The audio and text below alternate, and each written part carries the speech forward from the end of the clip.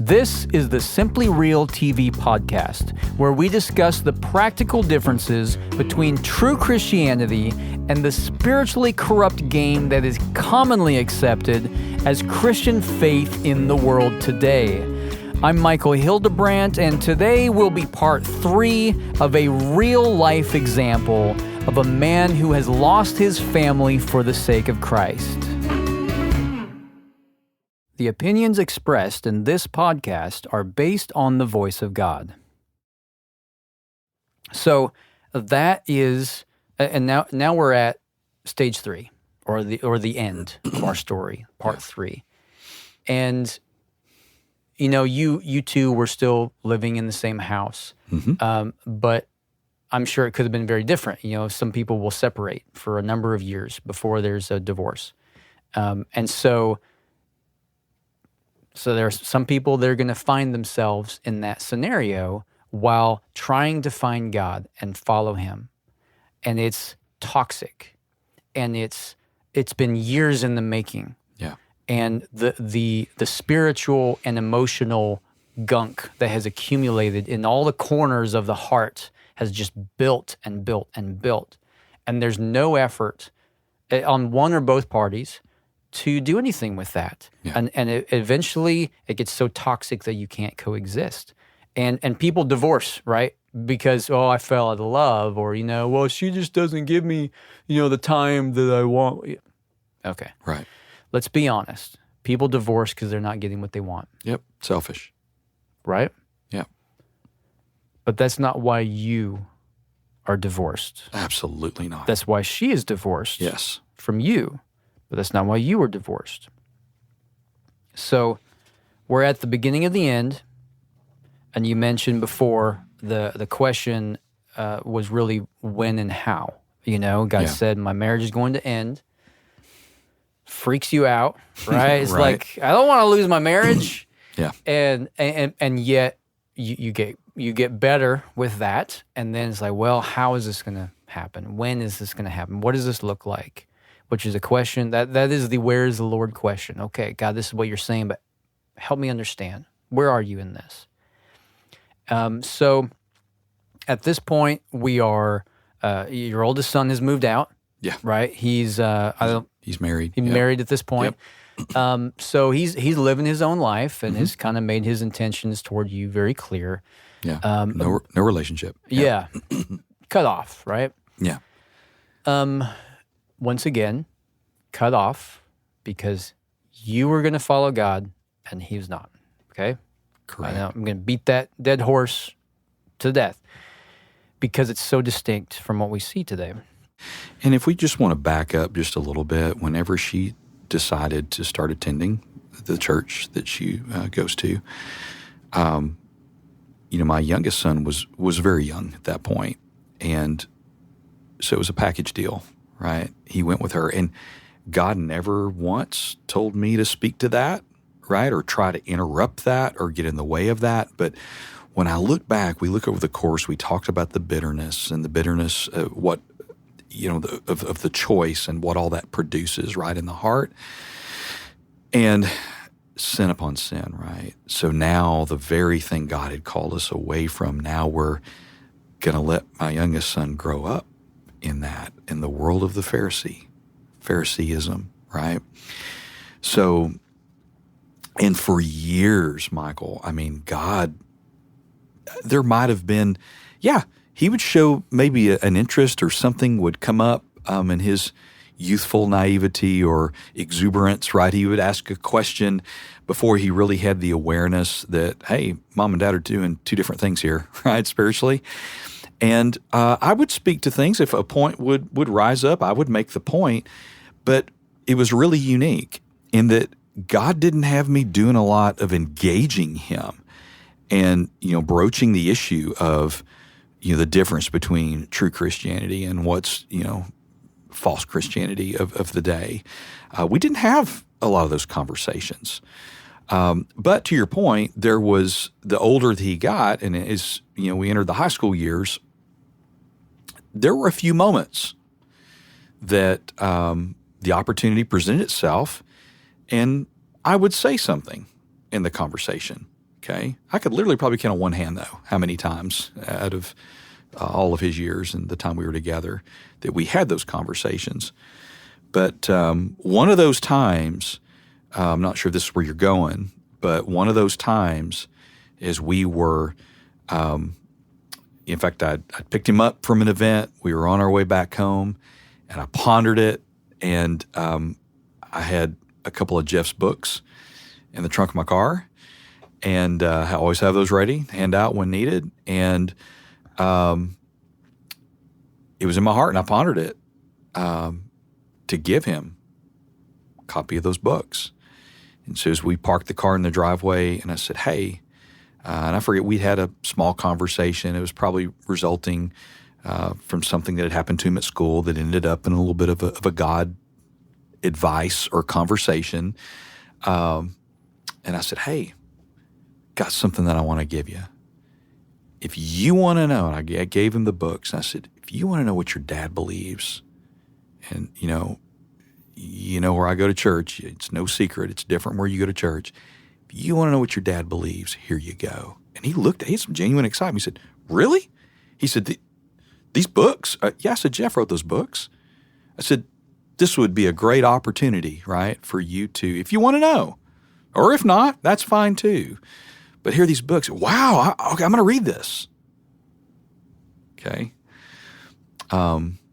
So, don't know if you want to jump in there or not or anything. So, I knew handing him those books, I could feel the cost that was associated just with giving him those books. It was everything that represented, right?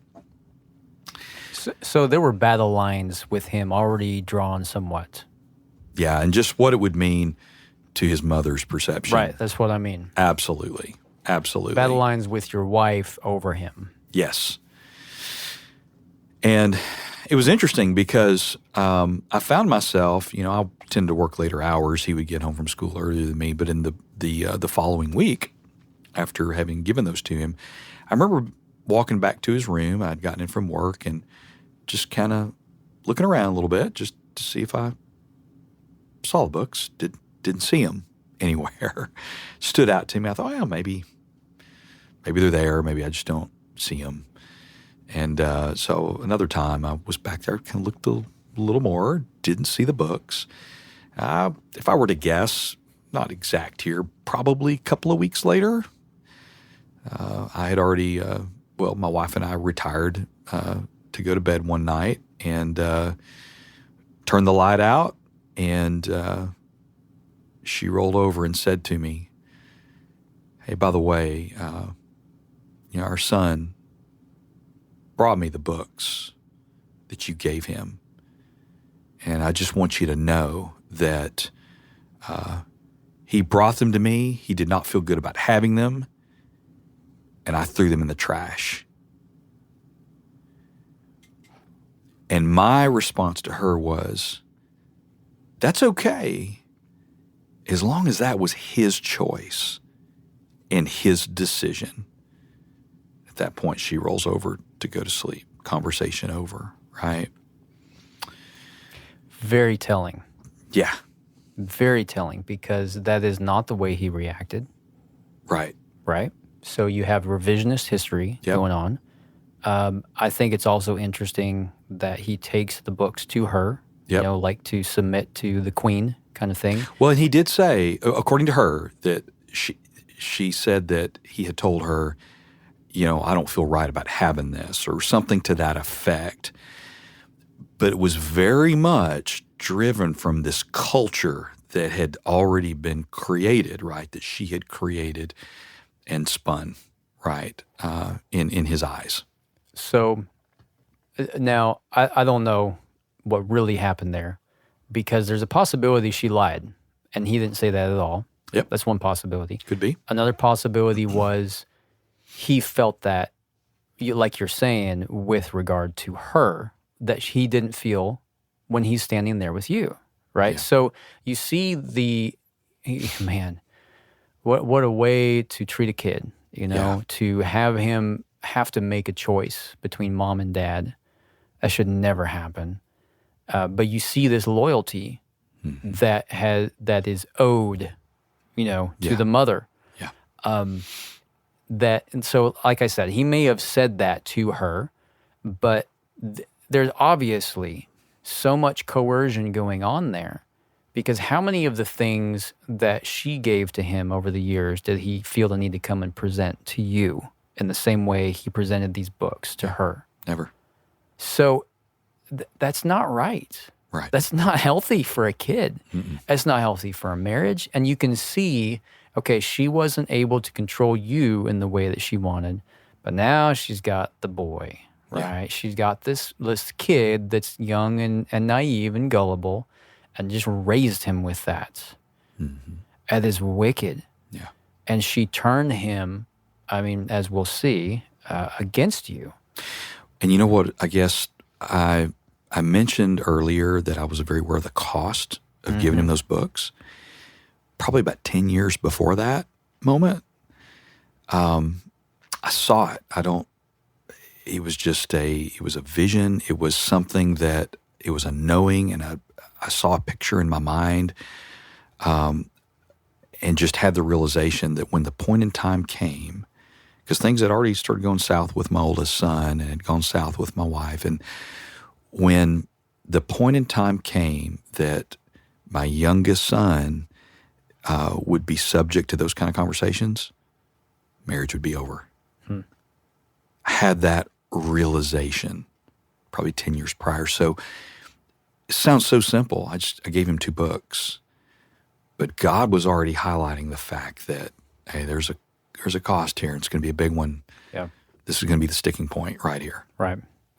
Yeah, and that was the first one that we were going to talk about. Yeah. The second one is the doozy, right? And I think this really shows how much he became the battleground. Yeah. She wanted him. Yeah, you wanted to love him and tell him the truth. Yeah. She wanted to own him. Yeah. And him having, this thought of his own, that maybe God speaks and maybe my dad isn't the villain in all things, Yeah. We can't have that, right? So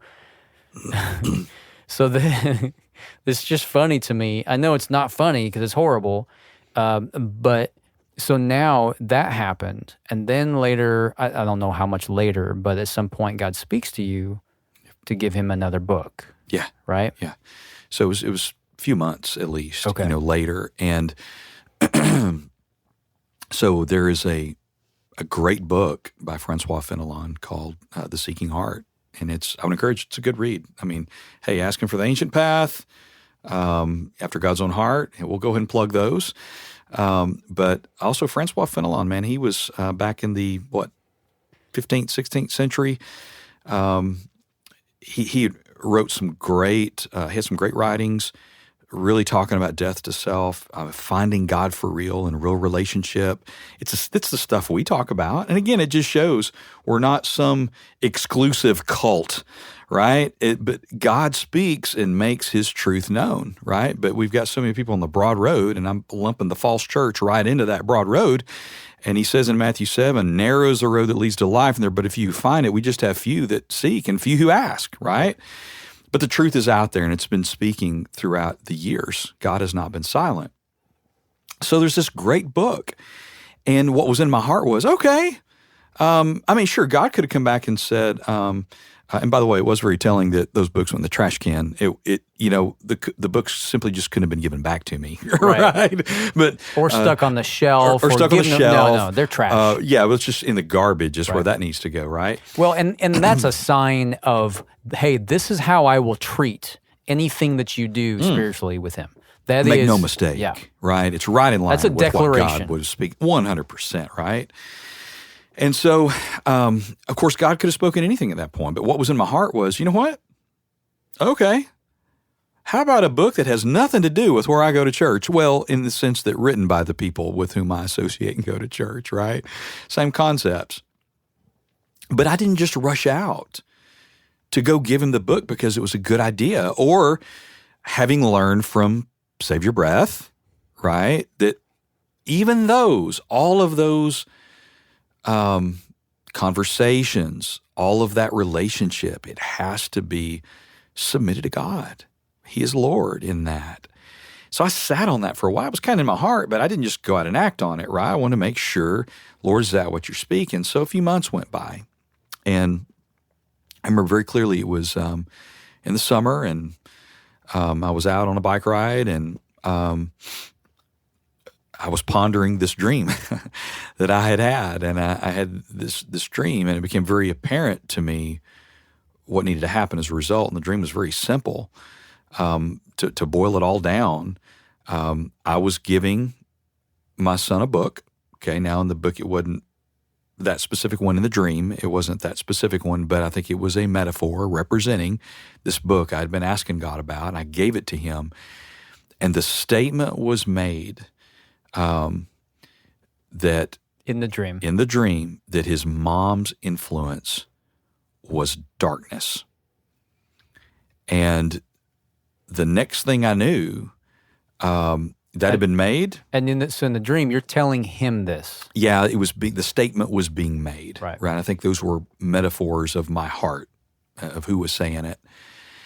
And the next thing I knew, she's out in the street. She's getting in the car and she's leaving mad and wants to have nothing to do, right, with this conversation and that the truth that was being spoken there. And so I talked about that with some of my brothers. I talked about that dream. He shared it in church. And I remember being out on a bike ride, and it was just very clear to me that this is what I need to do. This is God answering that I need to give him this book. And so I prepared to do just that. And I remember it being a Thursday evening, and it just so happened that So this was the answer to the how and the when, because God already said you're going to lose your marriage, right?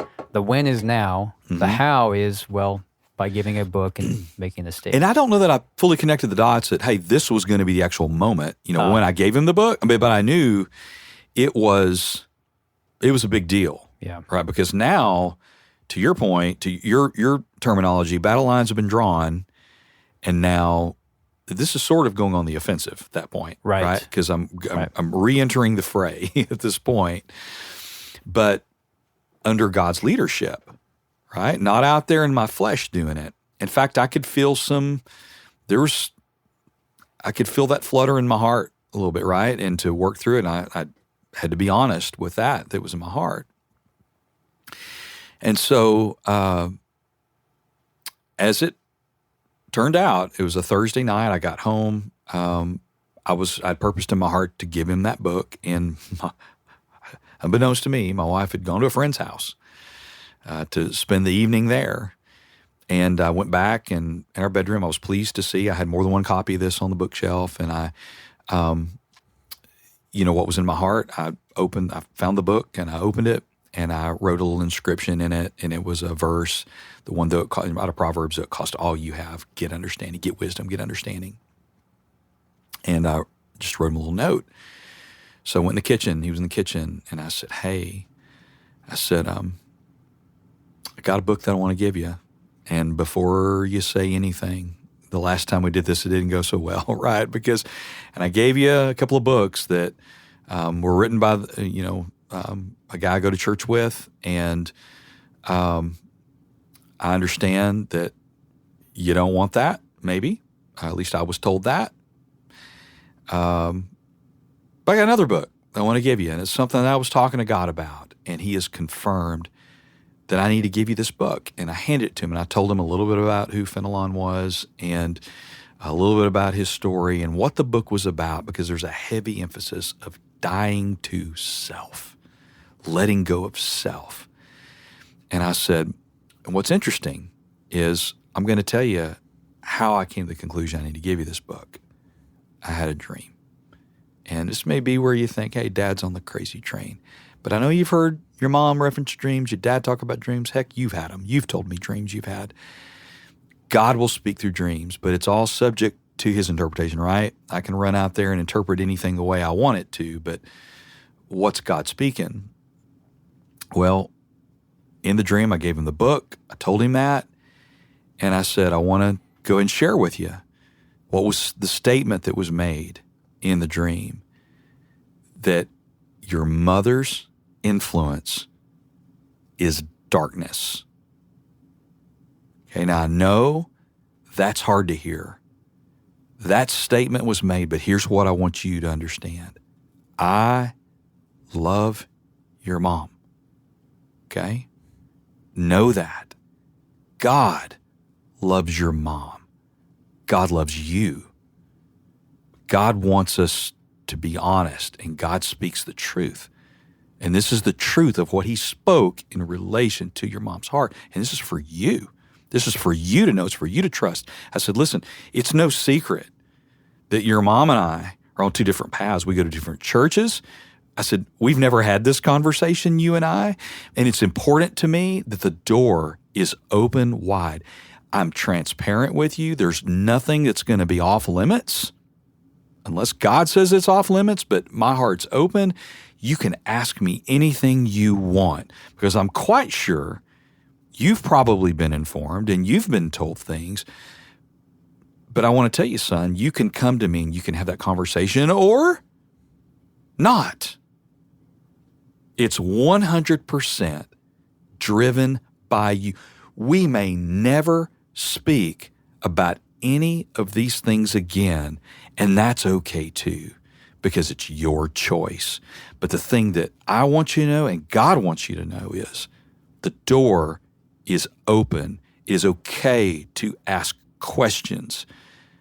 I would ask, seek God, and you go ask him, because clearly your mom and I are on two different paths. We don't agree.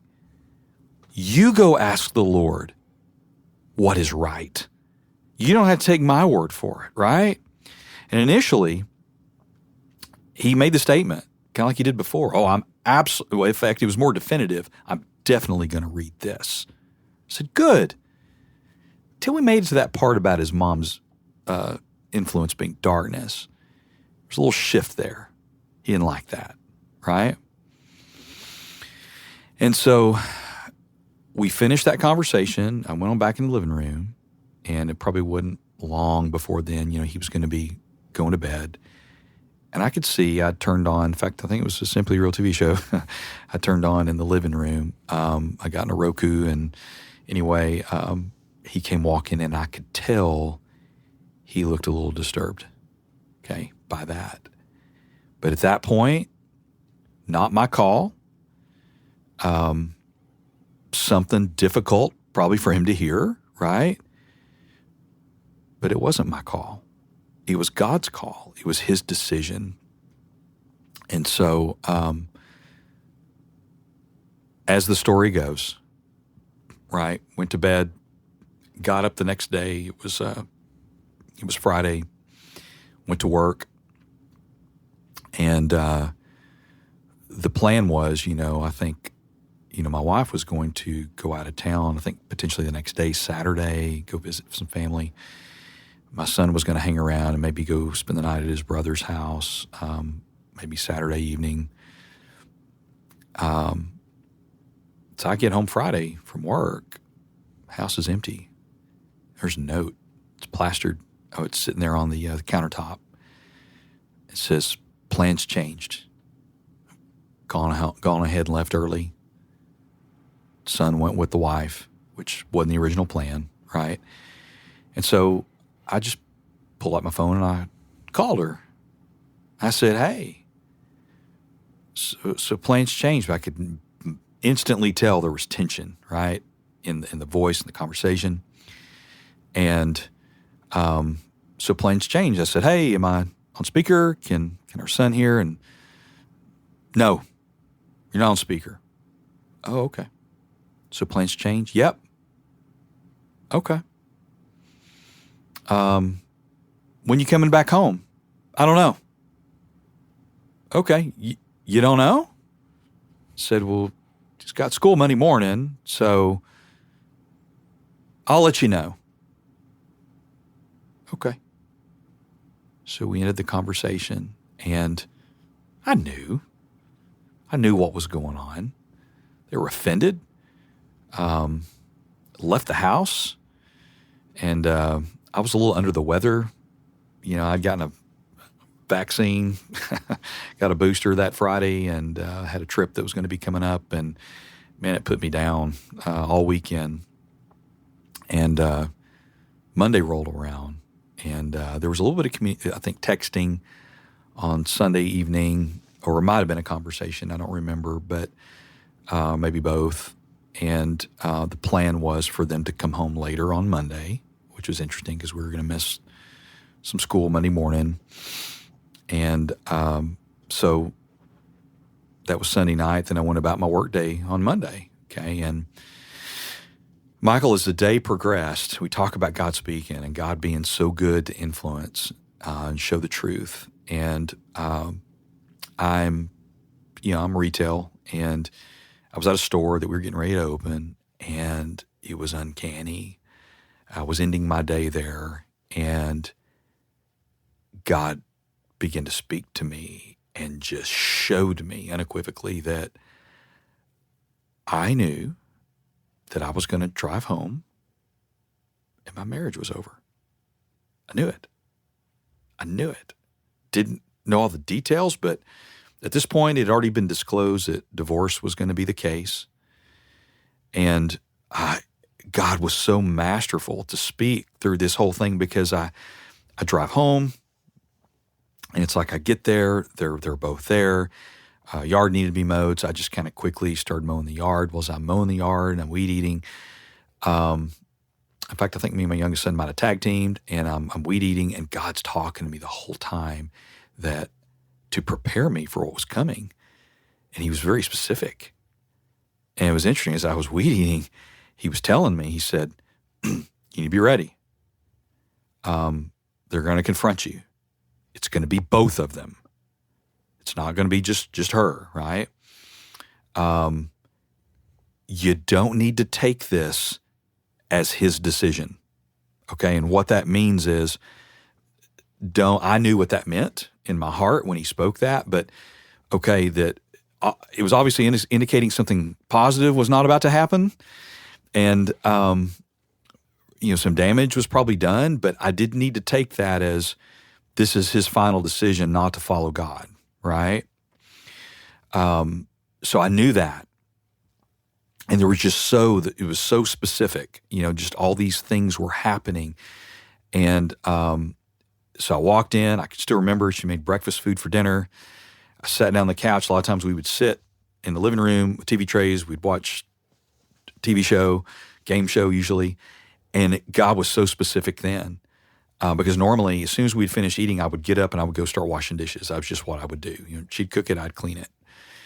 And he told me, don't get up. Sit there. Don't go to the kitchen.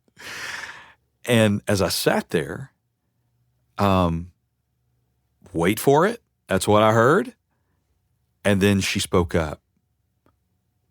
Your son and I have something to talk to you about. There it is.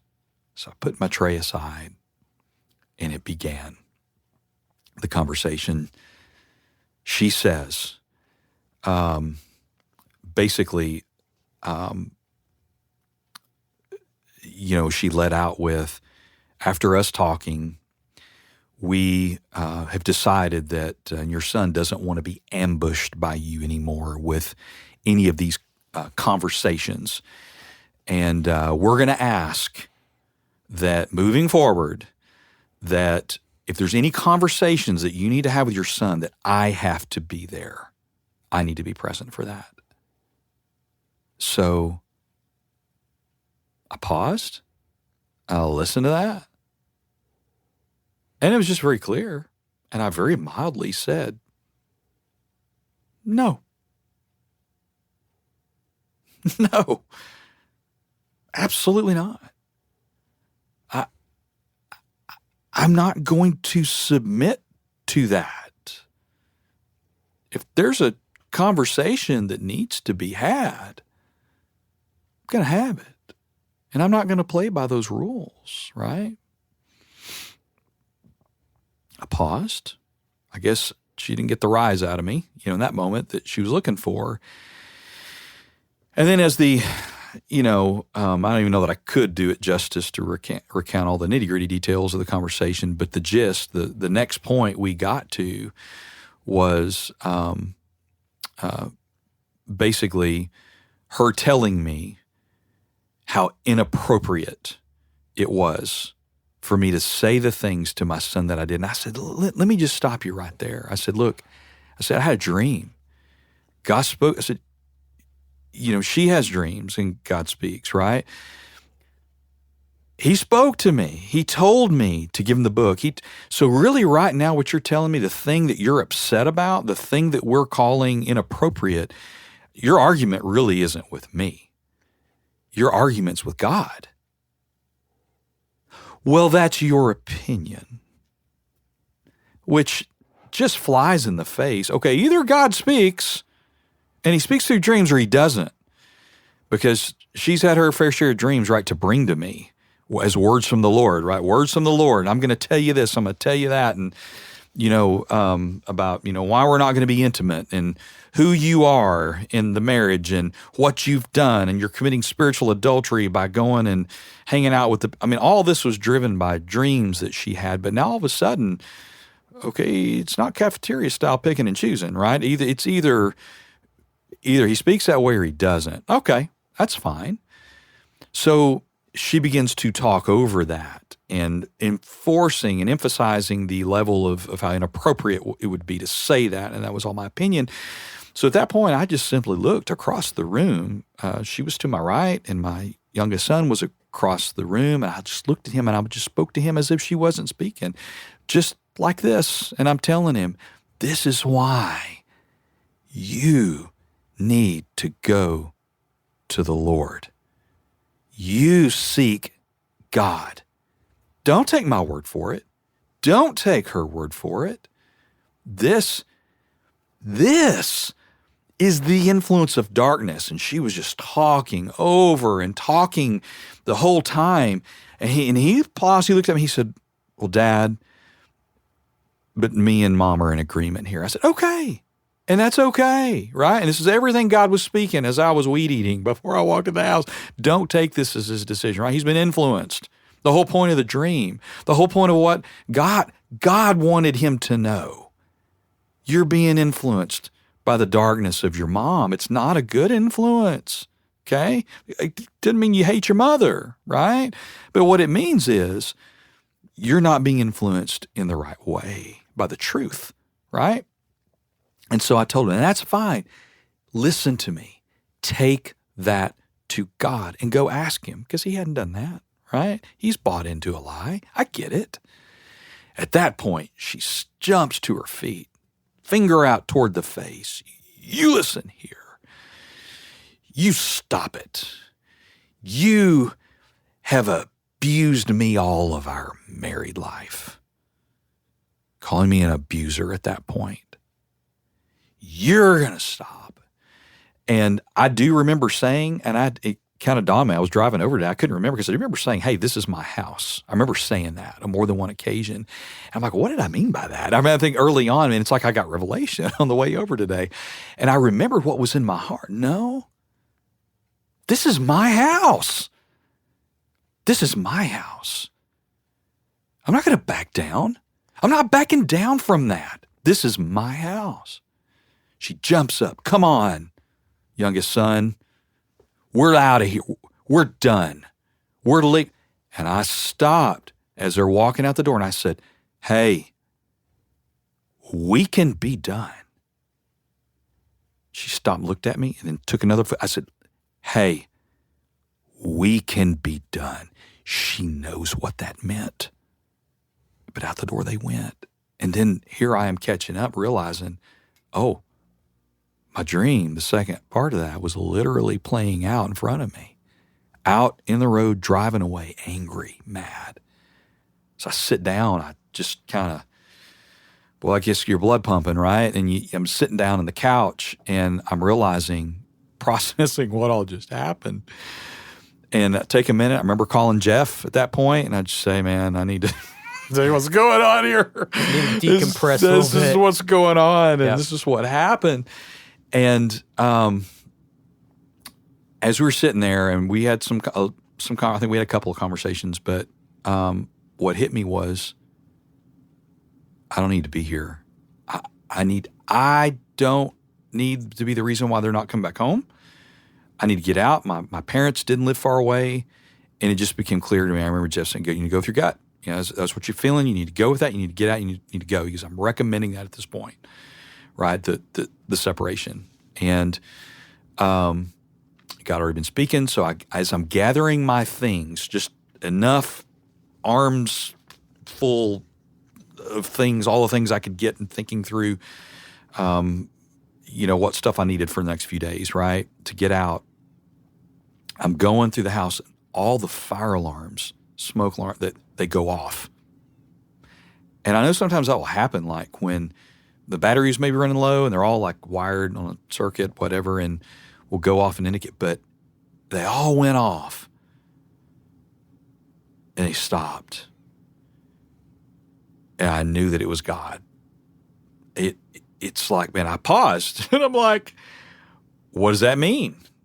And I'm like, am I off here? Are you telling me to stay? Did I have this wrong? And I was beseeching God in my heart, what's going on? I remember calling Jeff back, had a quick conversation there. And then it's like, this is strong. I know I need to go. And so I left, went to my folks' house. And then it wasn't till later that Scott had called me. It was so clear. The fire alarm deal, he said, man, fire alarm goes off. It's time to get out of the house. And it was like, boom, the revelation to that, right? It's what I needed. God solidified in my heart. It's like he was confirming, oh, it's time. And it backs up everything he was speaking to me, right? In the moment, beforehand, before I got home, when all that was going on, then after. And then there were plenty more confirmations after that, right? And so at that point, I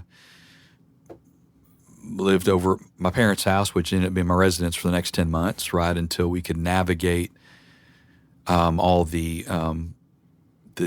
divorce landscape. And so, from that place, it was, even though God confirmed it, he made it clear, it was so hard. It was difficult, if I'm honest. And I look, and there was probably a place there's no doubt I could have been trusting this in a deeper place, right? And have had a deeper death to self. So there was a lot of catching up for me, in the moment. Was no surprise, but it was still very difficult to walk through. And feeling the pain and the loss of that, because I didn't want that for her. You remember hearing me say that and talk through that. I never wanted this for her. But this is what she chose, right? And God had to come back and make this very clear that this is what happens, all back to how you open this thing, when one seeks to follow God and the other rejects. And does that mean that in every case it's going to end in a literal divorce like what happened with me? Maybe not. But there's a divorce of heart that's going to happen. And regardless of who you are, and if you're at stage 1, 2, or 3, beginning, middle, or end, in all of those places, we all, if we're going to follow God in a real way, we have to lose our life and we die, and we don't get to keep any of it because we love God with all of our heart as the first and the greatest commandment, and everything else is secondary to that, right? At this point, you are divorced. All of this is finalized. You have very little, if any, conversation with your children, right? Yeah. It's done, Yes. right? It has happened. Yes. This thing that God spoke about for a long time. Yeah. And I know, as an outsider, one of the things that was important to me to say and to love you in is here what I see as you're going, especially after the fact.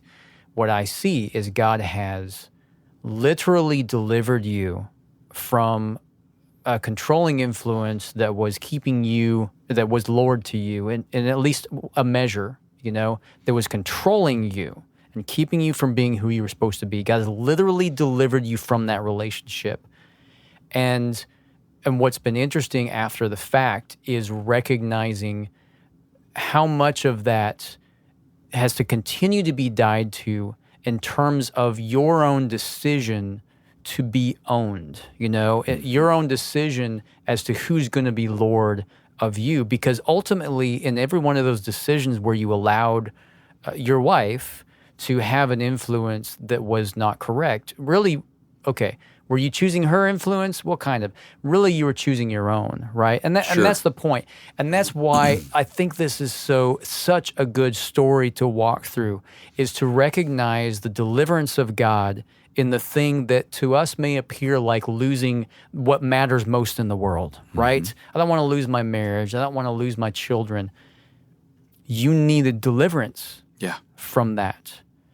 And the literal had to happen in your case, right? Right. Doesn't necessarily that mean that's going to happen every time. But what needs to happen in every case is the deliverance in heart Yes. from that pole of self that makes you easily influenced, right? Yes. To say it that way, because God knows what we all need. God knows where we all should be. And all of these self-influences keep us from that. That pulls us somewhere else, right? It's not right. So God is good in all of this. Absolutely. He did not abandon you to deal with a mess, even a mess of your own choosing, right? Yes. He still helped walk you out of that mess and is continuing to do that in terms of your own heart today, right? Correct. So the heart of the matter in all of this, you can see very clearly, she divorced you in heart. Yeah. There was a literal marriage. There was of two people choosing each other. There was a spiritual marriage of two people choosing to follow God, and then the divorce from God and the divorce from you in her heart. And then God sees all of that and says, okay, I'll let you have what you want, and speaks to you to initiate this process. And the process really was, I'm going to go ahead and step over that battle line you just established with our son. You said, come no further than this. I'm going to come over here and do a little dance, and I'm going to stand there, and I'm not moving. Yeah. And guess what she did? She did what God said she would do. She left. Yep. That was unacceptable for you to be behind battle lines. So we're just going to leave. Right. So all of this was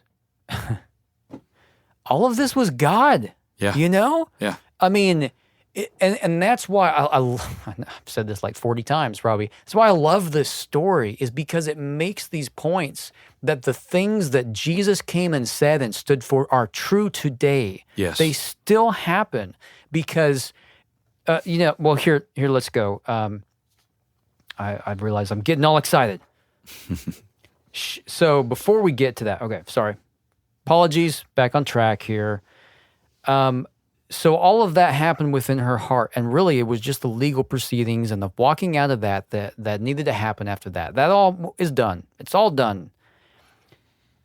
Now, what proves this divorce in heart on her case was, I remember you telling me a story that kind of somewhere near the end there before all that, you two went on a vacation, just the two of you, and you get back and she's like, well, that was weird. Yeah. Okay, there's no fellowship there anymore. Mm-mm. And as you mentioned, she even stopped being intimate with you. Yep. And how can you have a marriage if there's no intimacy? Yeah. Okay, so she proved what her heart was, and then God said, okay, you can have it. He knew all this was coming. And how many times in the middle of that did you leave the house mad and go stay somewhere else? Never. Not once, okay? How many times did you go to Vegas with the guys to be away from her? Never. It's absurd to think of, right? Yeah. How many times did you close her off with some kind of silent treatment, manipulation, or like abuse her with shouting and raising of fists? I mean, how many times did you put her or your sons in physical danger because of just negligent abuse? How many times did you cheat on her? Never. How many times did you come home drunk, right?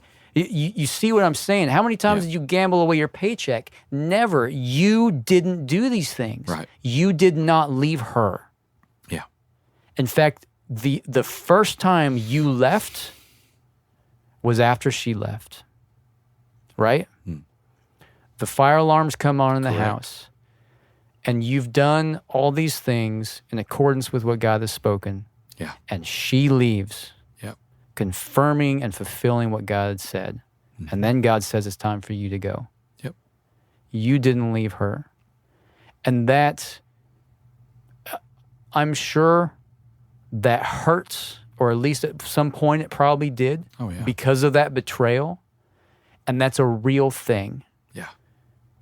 But it's not unmeasured, by God. It's not unknown. You're not alone in that. He understands, and he saw it coming, and he knew, right? Yeah. And so now with all of that in mind, what would it have taken to save your marriage? What would you have had to do? Compromise.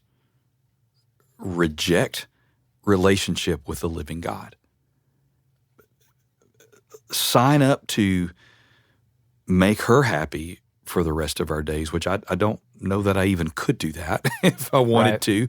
But isn't that the basis upon which worldly relationships are founded, right? I mean, I was thinking about this too yesterday and this morning a little bit. You every now and then you see these memes or these little stories or on Facebook, or you see something on TV, a blurb where somebody goes interviews somebody that's been had a marriage, for 50 or 60 years, and they have these morsels of wisdom and about what all they've learned about compromise and how to stay happy together. And that's great and all, but that's just founded in worldly relationships. If we're going to talk about a true Christian marriage, then everything should be founded on the basis of relationship with God. And He is first. And that looks so different than what this world promotes and what the world says it is. And so for me, to answer your question with finality, what would it take for me to have made that work? It would be all of those things. It would be forsaking God, forsaking the ministry He's calling me to, right? And who I am to be in relation to Him, and living to make her happy. And that's not okay. Yeah, God saw all of that for what it was, and it's unacceptable, right? Absolutely. And for your good, it's unacceptable. And God doesn't allow His bride to be ruled and overcome in that way by evil, right? By an evil influence, which is ultimately is self, right? Yeah. God doesn't allow His bride to be that way. He loves her. He's jealous for her, for her affections, and jealous for that heart. And He got you out of that, right? To His glory.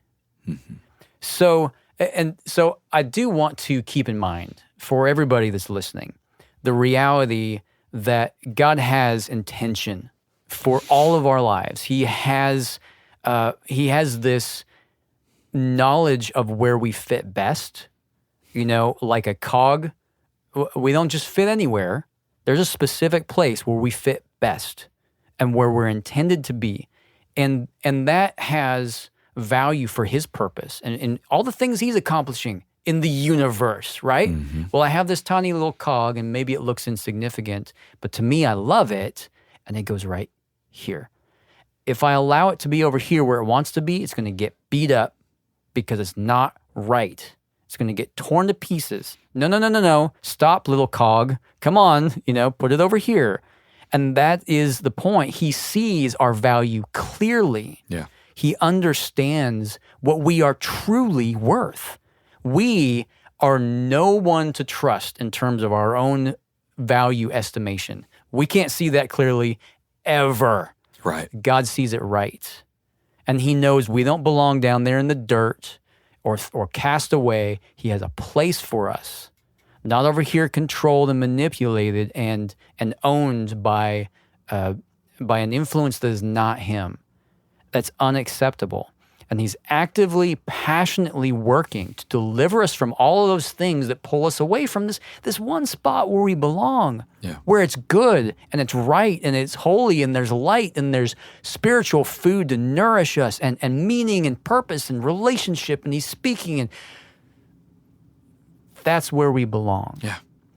And the reason I bring this up is it's because for lack of seeing this very reality of God's intention for us and how good it is, that we believe falsely that our plan is better, that the thing that we want is good, or that it should be defended, or that God is ill-intentioned towards us by asking us to let go of it. We just don't see it right. Yeah. Well, he does. Yeah. And I also want to say, in this story, mistakes were made, right? Absolutely. Plenty. But not all is lost. Right. Right? And this should be an encouragement to all those out there who have made mistakes in their marriage, right? Mm-hmm. Go ahead and repent now. Yes. What is God saying now? Accept the truth of it and trust it. Yeah. So that the thing that God speaks is profitable. Yeah. Because it's united by faith. If you take nothing else away from this, take that. Yes. Yeah. So God still sets people, a man against his family. Could be a woman if it's a different scenario. Could be a woman following God and the family not. God still does that thing. Yes. He is the same yesterday, today, and forever. He came to bring a sword that's still at work in the world today. And the world hates him, and they vehemently hate anyone that follows him. They can't stand it. And this marriage ended for one reason: for the sake of Christ. Yes. Right? 100%. This marriage ended for the sake of Christ because one followed and the other couldn't stand that. Unfortunately. And it did not end for any of those typical reasons that you hear in marriage court today. That wasn't why. God hates divorce? Absolutely. Yep. No one here is contending that. But he's willing to give you what you want rather than keep you in a relationship that you hate. Yep. And so he'll allow it. Still hates it. Yeah. He'll give people the separation they desire. And whether you're at the beginning or the middle or the end of this story or the process, right? The answer to what you're going through and how to walk it is the same. Hear God, trust what he's saying to the point that you obey it. You walk it out. Because you would be a totally different person today if that had been the case. Now, God still is able to redeem to a point. Right. But there's no mistake, there's loss there Sure, for you. absolutely. That could have been avoided. Yep. So, in the beginning, what is God telling you? Who is he saying you should marry? Or maybe is he telling you the person you want to marry is not who you should marry? If so, you should trust that. That will be better. If you're in the middle, you're already married. Well, this was a very huge point for me at the beginning. And I mean, it still is. This is today. Lord, how do I love my wife? How do I care for her? Because I don't have a clue. I am not a good influence. Michael, no bueno. I don't have what it takes to love my wife outside of God. I need him. And then progressing from that, it's God, help me follow you at the cost of that relationship, at the cost of peace at home. You know, help me embrace your truth and be willing for the enemies, for my enemies to be those of my own household. That was a hard truth for me, right? But it's still true and it's still required. If you're at the end, what is God telling you about how to navigate all that toxicity? What is God showing you about how to not be pulled and manipulated? About, you know, when you're following God and you go to divorce court, you don't really get all the things that you want, right? That's true. Is that accurate? Another story, another podcast. Right. Yeah. But you don't come out with all the goods, right? No. You give and you give and you give. Yeah. Unless God says different, Right. you know, and he could. Right. But there's the turn the other cheek concept Yep. in practicality. And the reality is too, you may be in that toxic environment and God says stay. Yeah. You know, I know I saw where you were going here, and it was just in me to say, it all comes back to what God is speaking, because if you're in that situation, you can't just take this podcast and say, well, hey, this guy went and got a divorce. There's my justification, you know, to go make that work. Right. No, that's it, to your point, your verbiage for the sake of Christ. What is he speaking? So you're absolutely right. And I can see, in fact, we are aware of scenarios, right, where people have remained in their marriage relationship accordingly. Well, and the truth is, what we're going to say to anybody in that scenario, you don't get to leave. Yeah. You don't get to walk out, because this is what should have been said to your wife. Yeah. She should have been rebuked at what she wanted to do. But yeah, I mean, you're in a marriage. You don't get to get out of it. You made a pledge for your life until death do you part. So now God's voice trumps all. Yeah. And he saw what was going on here. And so God initiated this divorce. And okay, but God spoke. So don't make up a word from the Lord saying, God said I could have a divorce. No, if God hasn't told you and you go and do it, you are guilty. 1 Corinthians 7, you know, Paul says that each one should remain in that situation in which they were called. Yep. Just to back up your point. And live at peace as best you can. Yeah. Okay, so I guess I would finish out by saying, at whatever point you find yourself, bite the bullet and just die to yourself. Just lose all that you are and all that you want. Just lose. Because every time we're on the near side of dying to self, it feels like, you know, like a little kid that screams bloody murder, like you're ripping their arms off by telling them, no, you can't have noodles up your nose, or whatever the thing is. Yeah. I mean, that is the way we perceive it. God's trying to remove something from me that's good and is beneficial. That's the way we see it on the near side. And there can't be trust in that situation. No. Yeah. We're separate. Yeah. On the other side of letting go, we look back at it and say, why was I ever concerned about keeping that? That was ridiculous. Yeah. I will never willingly go into that situation ever again. Absolutely. Though all my friends tempt me to put macaroni up my nose, I'm not going to do it, you know, fill in the blank. But Sure. but that's my point. It hit me the other day, is the things that we think are so critical that we're going to fight God over. When you're on the other side of it, it's like, what was I thinking? Yeah. So go ahead and bite the bullet and die now. And avoid all the crap that would be coming your way if you hadn't. So, man, I really appreciate you being here today. Yeah, I appreciate your heart. I think the things that you're saying are beneficial for people to hear. And I'm really glad and happy to be able to bring you on and give you a microphone and a camera and let you say those things to everybody, because I think they're important. So, All right. Glad to be here. all right. Well, thanks for coming. That's all we got.